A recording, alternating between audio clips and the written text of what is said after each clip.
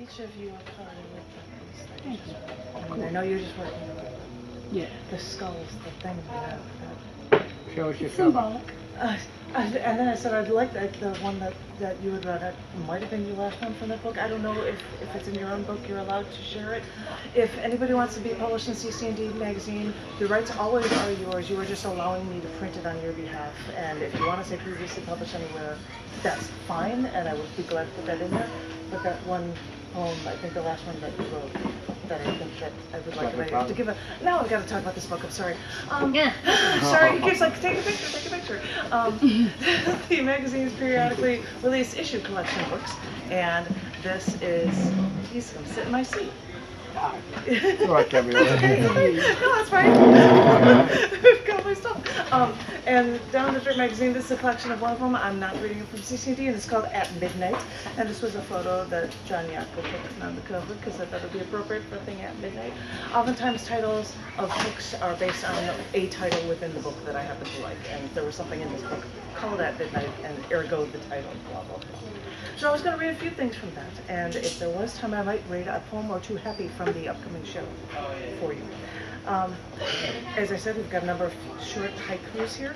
There's a lovely huggy photo with this one. It's called Rush. I long to be near you so I can feel the rush from your presence. Well, this is the haikus. But then we go on a different swing, different themes, lost. Now I've lost my way. I took a wrong turn in life. How do I save me?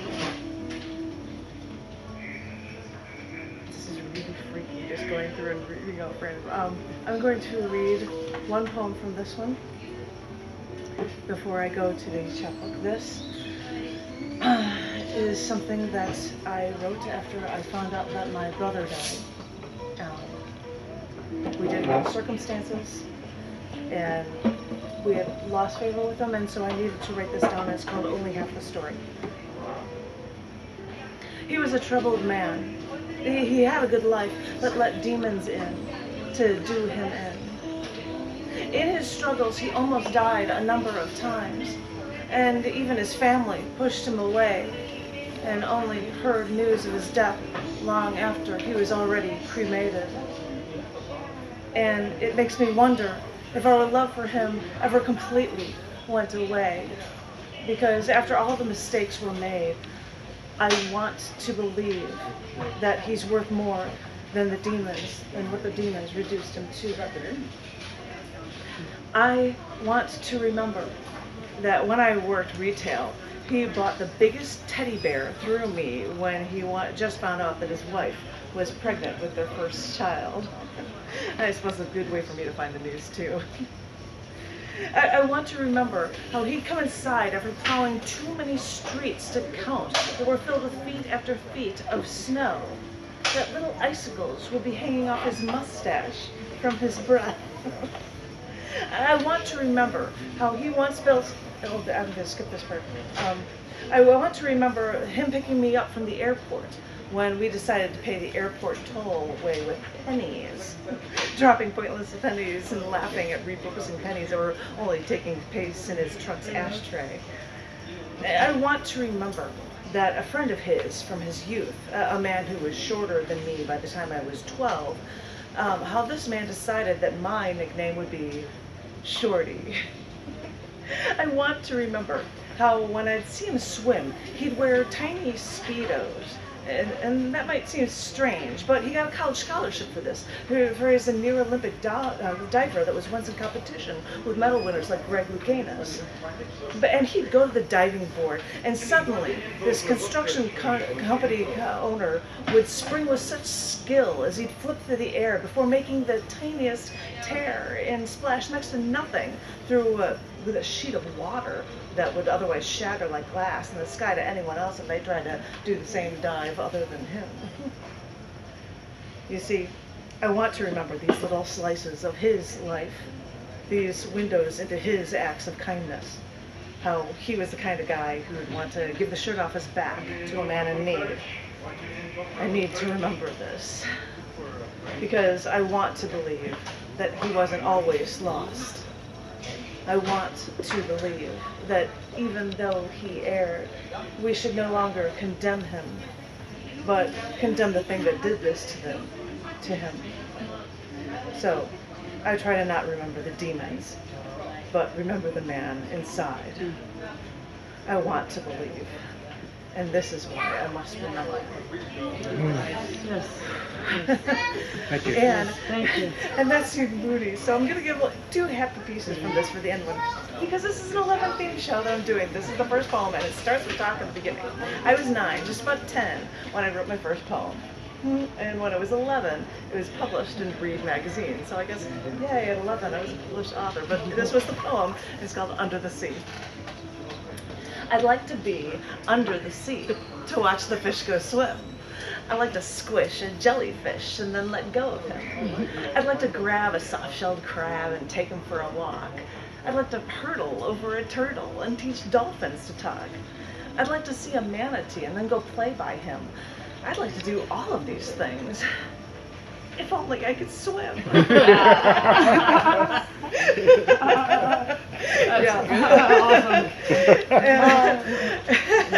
And as I had written in this thing, I won't say the entire header, but when I was SU, I lived in Chicago. When I got back, they asked me to start doing shows, and the first show I did was on June 11th, like this show that I'm doing next Monday. And I'm going to share 2 poems from that show, and this is one of them that was from the show on June 11th. It's called Looking for a Worthy Adversary. I've been looking for a worthy adversary, someone I could lock horns with, because even though my life makes more sense when I'm alone, it's not nearly as interesting. Alone, it's not nearly as interesting, so I look for a worthy adversary, someone I could battle to the death with, because it can't be about love, you see. Love can't exist on the terms I demand. It's never that pure. What I demand is never that pure. As I'm looking for a worthy adversary, I slither up to you like a snake, and I tempt you with a golden apple. I tempt you with that golden apple, but all I'm really offering you is fruit from the tree of knowledge. This snake gives you the tree of knowledge because all this time I've been playing a part, an actress on a stage spouting the lines on cue.